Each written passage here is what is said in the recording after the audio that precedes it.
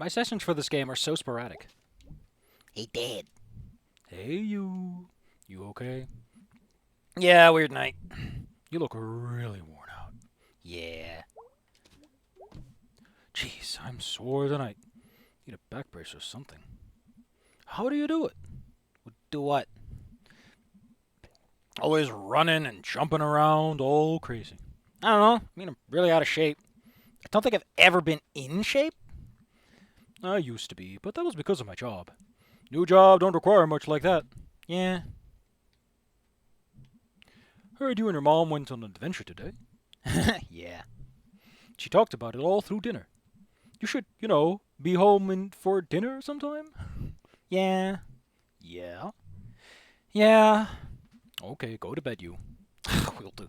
Wow, you're gonna let your dad send you to bed? How old are you, May? 21, right?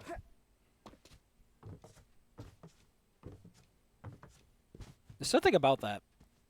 That setup that just made my brain go wibbly wobbly. Someone described this game as something, but I forgot what it was. Oh yeah, I saw someone. Hey, can walk up here?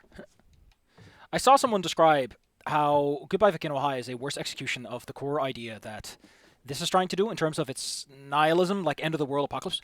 I strongly disagree that Night in the Woods is about the apocalypse. I think May has some ideas as the world ending, but you really don't feel like the world is ending at all. If the world's ending, it's going at a real steady pace. It's taking its sweet ass time.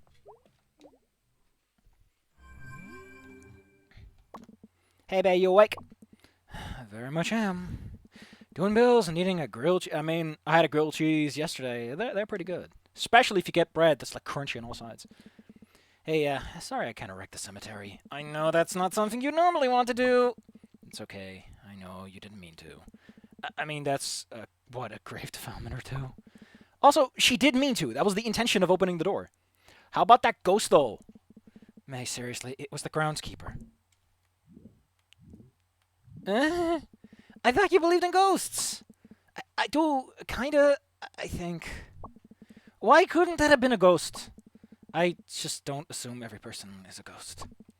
I like the idea more that Bae believes in ghosts, but, like, as long as it's not, like, could have been a person, It's more this idea of the unexplainable than something that feels real. Everyone could be a ghost. Am I a ghost, May? Oh, you'd like that, wouldn't you? Just haunting me forever. I'd like to make you learn how to drive at the very least. But anyway, how could you even make him out anyway? It was so foggy. I could tell, okay, I could feel it. Honestly, we're lucky it was so foggy. Oh, that's actually a good idea. Huh. Or you'd be able to identify us to the police. Ah! Fine, whatever. I'm sorry I made you mad. It's fine, it's fine. Thanks for going with me. I drove. You came with me. Thanks for going. You're welcome. Get some sleep. You need it. So do. Night, dude. Good night. Wow, that's a really polite way to say that. Hey. Yo, yo, yo.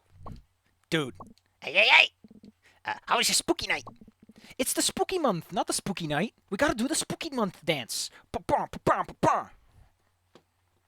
Dude, we went to the cemetery, and we accidentally opened a coffin, and it was totally like the corpse of a ghost. You know what I mean. Wow. And it was like effing nuts, man. Did you see your ghost? I totally did. Must be on the right track. Dude's probably pissed that you messed with his grave. Oh, you're right. Whatever. Okay, I'm going to bed. Good job, and like all that. Do it. Good night as well, brah. Good night as F. Good night as F. Now that's a way to sign off.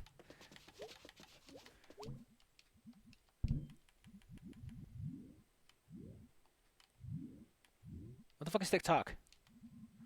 A terrible charity parody song! Punched up the lyrics a bit with Greg back in high school. Let's see if I can remember all the words. Of course there's a charity parody song in here.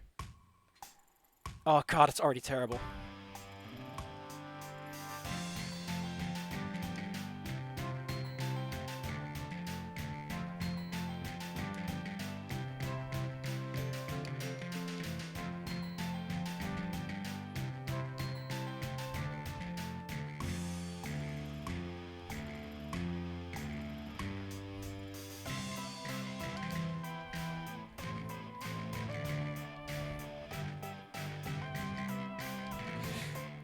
Oh yeah, I'm logged in. Whoops! I didn't even know what that guy is, admittedly. There are so many people on my Steam list that I don't know anymore.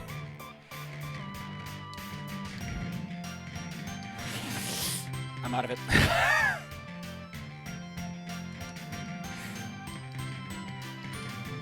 How the hell am I ever going to do Goodbye Volcano High like this? I'm gonna be such a loser.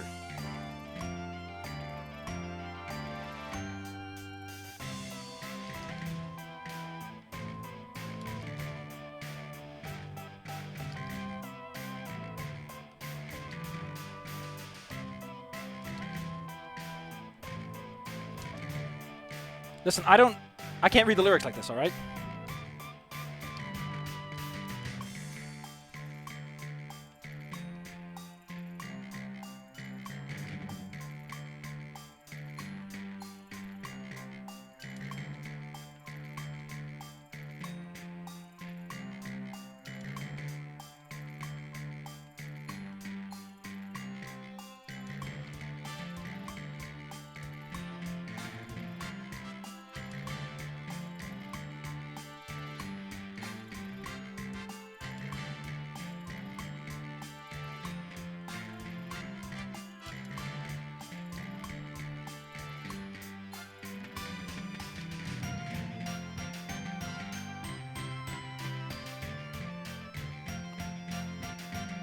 Listen, May, I don't need to be reminded of the mortality of my life. Okay, just end the song, please.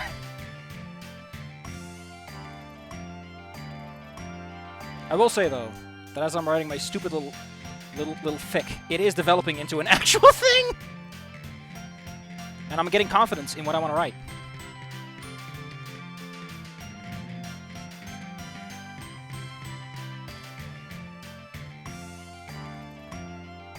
Charity Barity song. Charity Barity, Charity Barity, Charity Barity, Charity Barity, Charity Barity, Charity. If that's not a 60%er, I don't know what is. That is passing grade. Now back at Citric, I don't know how to play this song. I think that's just like the Charity Barity is a nightmarity. Well, let's go to bed. It is bedtime. Let's go to bed. This is just fucking die, I guess. One of these days, that shoe is gonna end up in the wastebasket, and you're gonna lose it. You're gonna walk around with one shoe. I don't really need this right now, May. I don't need another one of these.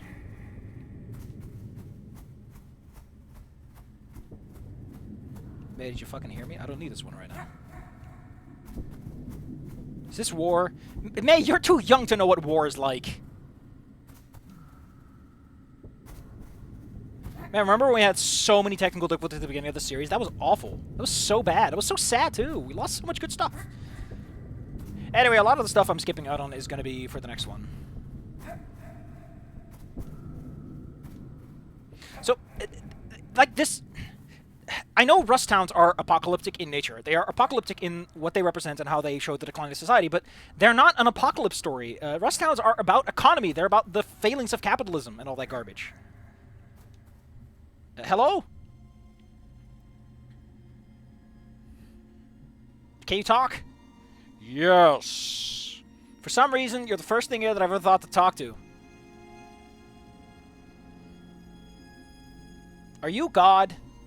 No. I have no text box, May. Oh. So, seconds ago, little creatures are coming. They are asking if I am God, and I am asking what God is. And they are telling me, and I am not this God. And this God is nowhere. That's where faith comes in, I guess. Little creatures are explaining faith, and moments ago, the beginning.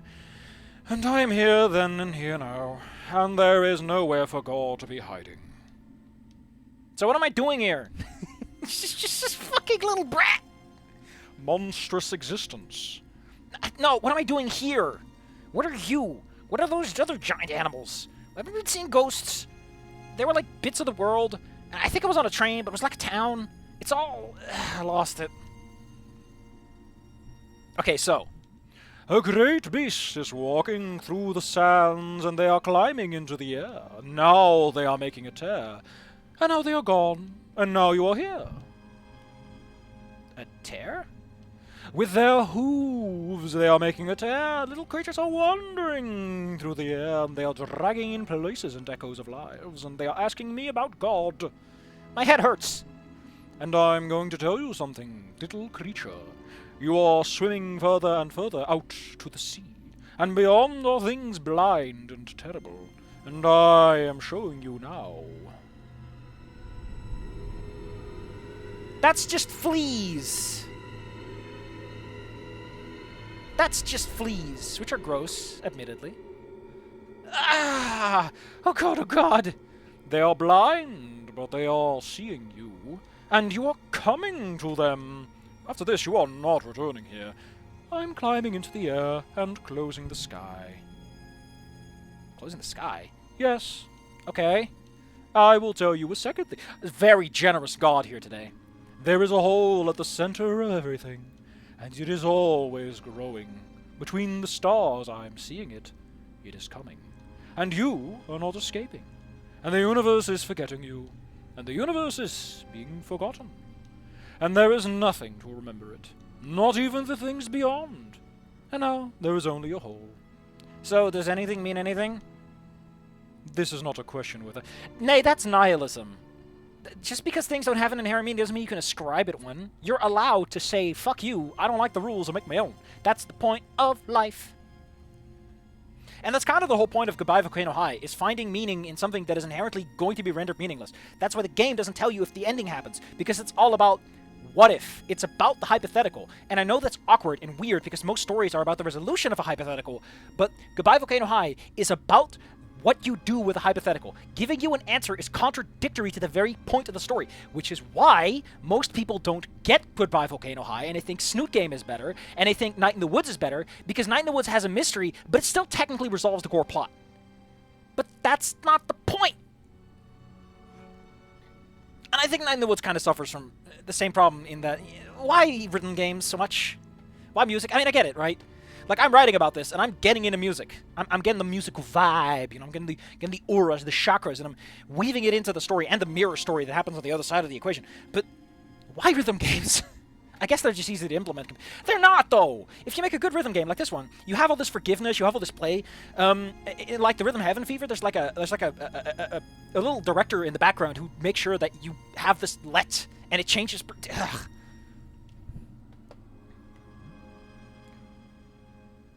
What about the trees and fall? What about the leaves? Their existence meaning nothing. You are atoms, and your atoms are not caring if you are existing. Your atoms are monstrous existence. Then why am I here, goddammit? Who's chosen to see all this? Where's this going? Little creatures, you are not chosen. There is no one to choose you. This is going nowhere. We are not meeting again, and the universe is forgetting you, and I am remembering you, but not because I am caring. The beginning is moments ago. The end is moments away. Yeah, because from its perspective, probably this is like a little fart noise in the middle of a room. This is nothing. If you were timeless, you meet a dude for like 10 years, you're like, you know, this was like a nice 5 minutes. Nice meeting you. Like, 10 years of my life I gave to you. It's like, yeah, I've lived 1,000, my good sir. You're nothing. You are ash to me. Dust.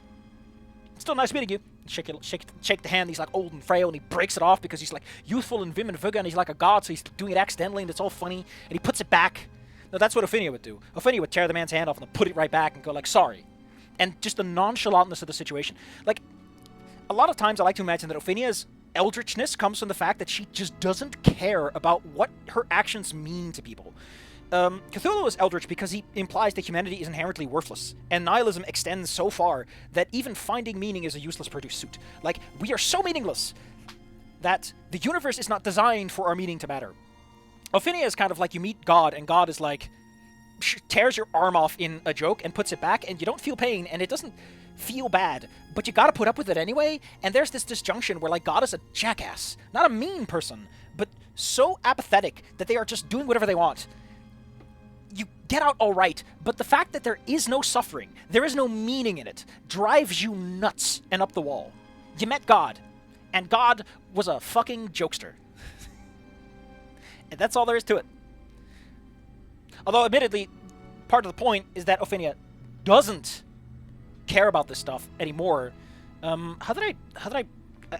thought about it once. Like I thought about like how she would rationalize not helping everyone. And the one I wanted to go with is that if you can go through time freely, if you can go back in time and fix anything, then she knows everything, and like the universe loses some of its purpose. Like from her perspective, everything becomes a problem to solve. And it's just kind of like, why are you doing it? Why do you have a universe? Why did you make a universe and keep it around? Not that she made it. The god she killed made it, and then she took over. And in this, the universe is part of the god or something.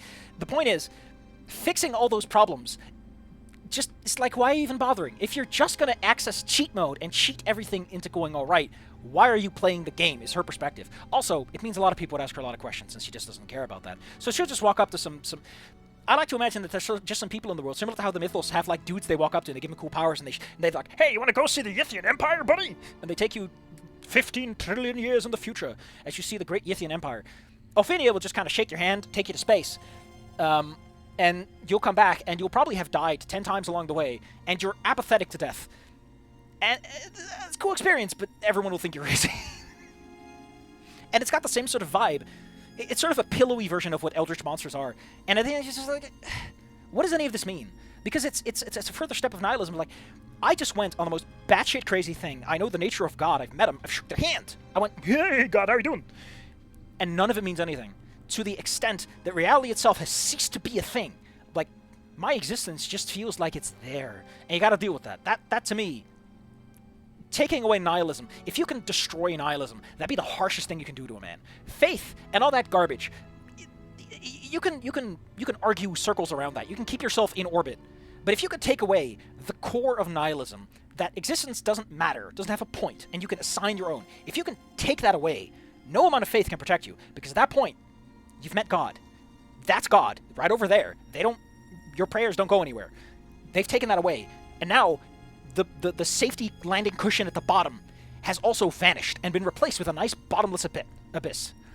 And I like to imagine that the point is you gotta really embrace nihilism, you gotta embrace the core of it. Like, none of this matters, and it shouldn't matter, because if it does, it's way more terrifying. That's something that I kind of also want to explore with the idea is, if it does matter, it's more terrifying. Because if it does matter, you not knowing anything means you don't know if you're making the right steps. If God is real, and you're slightly wrong, you missed by a mile at the minimum. And that's, to me, more terrifying than it doesn't matter and none of it ever will. Because that's faith. Anyway, big cat. Why are you a big cat? In fact, May is a cat. Like, that doesn't really add up. Like, and I like how they're fleas. I guess May would be terrified of fleas because they're like tiny little things and they're all over the place. Do people get fleas in this world? Is that like a thing they have to worry about? Like I know that we get head lice. Like humans get head lice. But does May get fleas? They have to get little spritz? Before all is forgotten. Goodbye, little creature. Be gone. Don't come back. Please don't RCP me.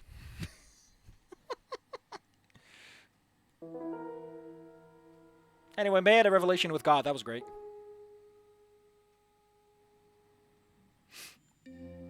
Maybe next time I'll talk extensively about... Oh, it's the lock! And the mask! All the things we took out of the garbage dump are here. And the flag! May, those things probably stink like hell. Why did you bring them in here and hang them up? How about... I also kind of want to talk about like what Goodbye Volcano High is ultimately like. Ultimately, the two stories are about support networks and what they mean. With... I need to turn that off. Okay, so... there we go. God, the whole story is kind of revolving around support networks and about the missing potential. It is kind of about how the two characters complete each other, I guess, in a way. Although they never meet. There's Fang, who goes to the superhero world, I guess, and discovers, like, these powers can do a lot, but you gotta want to use them, and you gotta find people to charge the powers, because the powers are based on the noosphere, which is like the sphere of rational thought. And so, to make it work, you gotta get people on your team. You gotta make friends, you gotta shake hands. And, like, the old person is sort of asocial, doesn't fit in, doesn't like that, doesn't have big ambitions. But Fang has them. So, they would be able... I keep saying she. For some reason, I keep botching that part. That's the one part I mess up. They are able to actually use it. They make friends, and they put it all together, and they show... And the interesting part's, like, sort of The core element is the world works better if people just do their own thing. And that's what Fang brings to the table. She meets up with the bad guys, and she lets them play a little music, and they all become friends. And then the other side, there's a guy who learns to make a support network out of people that he doesn't know, where he feels all guilty, and he's supposed to get out of his system. And then he puts up a concert, because that part I want to keep. I want to keep a lot of the beats the same, but sort of warp them through this perspective. And originally I wanted to keep the ending ambiguous, but now I'm like, this works a bit better if it has the point of getting a support network matters. There's a lot going on. I need to know how to do it with Naomi, though, because I know what Reed's going to be. Reed's going to be sort of the nihilism of, like, Triss is the panic. Nasser would be more of the... Not immediately... whatever. Anyway, let's go talk to people. Why are you online? No, I didn't want to log out. Why do you have a computer with, like, one thing on it, May? Get a browser. Technonomy today. Turn up founder Mike Eggplant to buy postal service? Morning at the Big Axe if you're in Town Center today. I don't even know I'm saying this. You're in Town Center every day. Anyway, see you later. Hey, dude. At the old Snackle. Come see me for boredom supreme. Sincerely, Gregory. Away message. The planets are not to be pitied as they know how big and cool they are. Dr. Kathy Colkin. And once more, Casey is fucking dead. Again, remember that Bea replaced Casey as the drummer of the band. Just a little detail I wanted to point out. Oh, there's the fire axe. Neat. I love those little details. That's pretty cute. I mean, it's really just like a flag and a prop. Like, if you can't get that right, I don't know what to tell, man. You get out of video games. Bird, I kind of get you now. All trapped in shit. I should let you out. Nah. Don't do it, mate. That's not your bird. Can't just steal people's birds like that, man. Why did I have a long conversation about stuff that doesn't matter regarding characters that you don't even know about? About stories I've never written. Well, one of them are technically writing, I guess. But Ophinia is more like a vibe than anything else. I mean, the new sphere is a vibe. That's like half the point, is that the powers are very vibe-based. Not in the traditional sense, but more in the idea of, like, the more someone thinks about something, things and stuff. And it's kind of... It works in my brain. I don't know if it works in real life. Honey, are you okay? Mornings are tough right now. Are you pregnant? No! Oh, honey, is that why you came home? No, not... It's weird to think. I never even considered, like, the possibility that May got pregnant or had anything of the sorts. Is that weird? Because, like... I mean, May is of age. Like, this wouldn't be an awkward story in that regard, but... Huh. Man, this video is just dense. This is like biting into a cookie that has none of the fluffiness. Sweetie, you can tell me I've been there. And despite Nature's intentions, God came through and blessed us with you. You were a miracle, baby. That's me, a miracle. After all the miscarriages... Oh, God! After all the miscarriages, we'd given up hope. And then there you were. Oh, that's... Why? How far in the... Oh, God. Like, I don't know much about babies and stuff, but I do know that one miscarriage is awful. You know, that's like a statistical oddity for most people. But two is like getting stricken by lightning twice. And it's like, at that point, God has it out for you. At that point, you can just kind of see the man or woman or whatever, the eldritch abomination in the window on the other side of the street, taking aim at your gut. At that point, you know they got it out for you. So if you're pregnant, I'm not pregnant. I was not in a situation where pregnancy... There has been the implication, though, that you have been... No, Bea was the one who said that they had sex. How did Bea not end up... Okay, listen. Listen, we're just gonna move the camera over slightly, like we're gonna hide behind the couch. Is Bea into anal? Or what was it? Or maybe, actually, Bea seems like the kind of person to be responsible enough to either have a spiral, which, like, work like crazy, apparently they're fairly effective, either use a spiral or be on birth control and a condom. Like, I'm pretty sure Bea would have all the precautions taken. Like, she probably is like, I just went off the pill to let it happen. I'm on birth control. This ain't happening unless he has Miracle C that lives a week. You know, all the preparations taken. On the other hand, she was a teen. Who fucking knows? I mean, she stuck with her dad. Okay. I just want you to know that you can always come to us with this. Okay, noted. We can talk about anything else. Sure. You know, if you did have a baby. Okay, I'm out. Okay, sweetie. I'm sorry. I get excited about grandbabies. It's fine. I'll be back later. Love you. Listen, I think that if you have a child like me, and you get this far in life, you have to accept you're not having kids. May is the kind of person who would use the rustic means necessary to get rid of it, or the morning after pill. Apparently, there's lots of ways to do it pretty cleanly and effectively if you know what you're up to.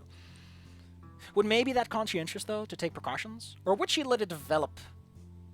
I mean, she does live in an area where the laws would probably be stricter nowadays. Especially after the whole Wade versus Roe thing. Who knows? I imagine that May doesn't give a shit. She's, like, very, very rough, very harsh. I see May as the kind of person who would take a baseball bat to the stomach to avoid it. Because I don't think she wants any of that. The responsibility would kill her, literally. If it was a boy, you could name him Calvin. Oh my god, Mom. If it was a girl, you could name her Trash Baby. Cordelia. I mean, Cordelia is a pretty good name. Calvin Ball. But Cordelia's nice. Why don't I just have a baby and hand it to you? Ooh. Okay, bye, I'm leaving. I mean, admittedly, that is like the best case scenario, is that May has a baby and gives it off to her parents. I mean, her parents could probably take it. I mean, financially not. They're in a slump. Financially, they're doing terrible. Things ain't going great for them. They're losing the house. But emotionally, they could probably manage it. What a place to end the video. I'm having all these thoughts and feelings about things. Thanks, May.